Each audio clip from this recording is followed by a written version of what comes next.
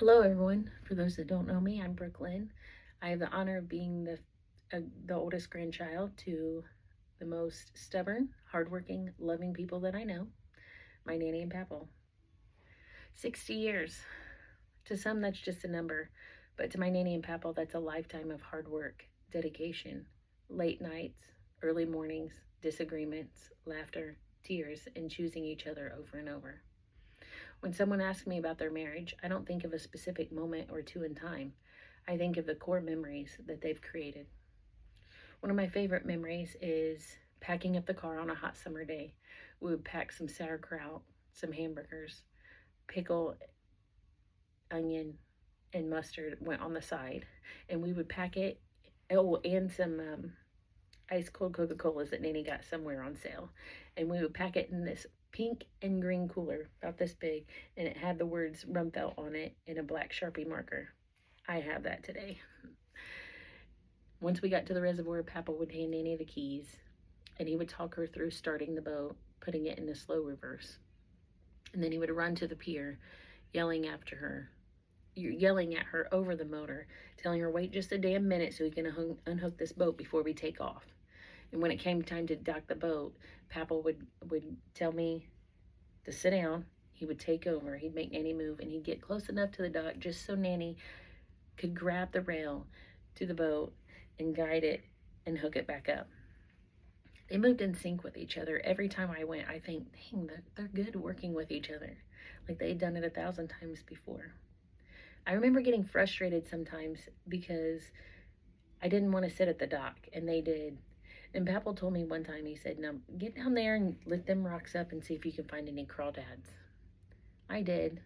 And a little bit later, he joined me. Now, mind you, Papal is deathly afraid of snakes. And when I say deathly, I mean like if he screamed, you would mistake him for a woman. That day, he saw a snake. That scream that came out of that man that day, I'll never forget it. Nanny and I laughed so hard that we about peed our pants. The more we laughed, the madder Papal got, which of course made it a core memory for me for sure. Looking back on that now, I realize even in the most chaotic moments, they still provided each other with laughter, love, and forgiveness.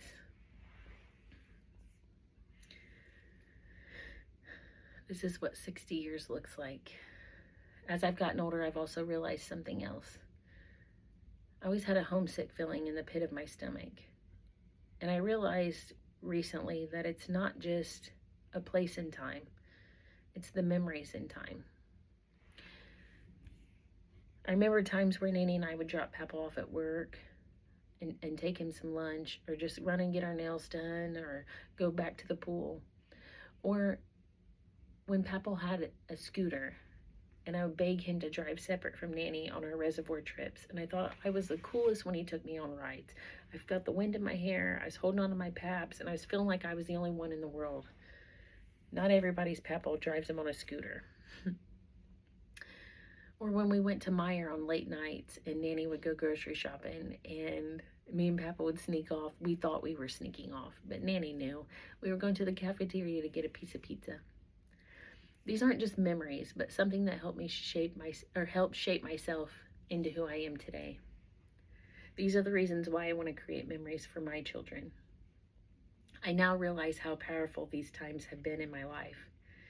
Those things that I feel homesick for are not big moments in my life, but those little ordinary moments, like driving around the reservoir, fishing trips when we just had a few hours to spare, them showing up to work to provide for their 4 children.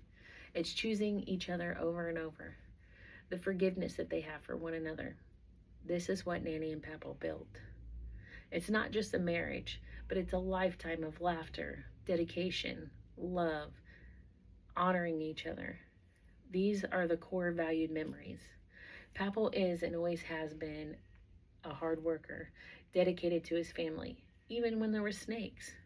And Nanny's always been a gentle caretaker, the mold to our family, and both are equally just as stubborn.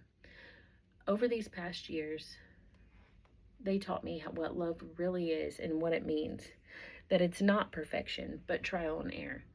How you could turn an ordinary day into a lifetime of legacy. Nanny and Paps, thank you for showing us what love looks like. Thank you for teaching us that no one is perfect and there isn't one thing in this world that isn't hard. But how hard you work, your dedication, your laughter, your stubbornness, and choosing each other over and over again is much more valuable. May your days be continued to filled with sunshine, those long gator rides, those late night ball games, and the arguments that never last. Please raise your glass to 60 years of love and ordinary memories that make us homesick in the best ways possible.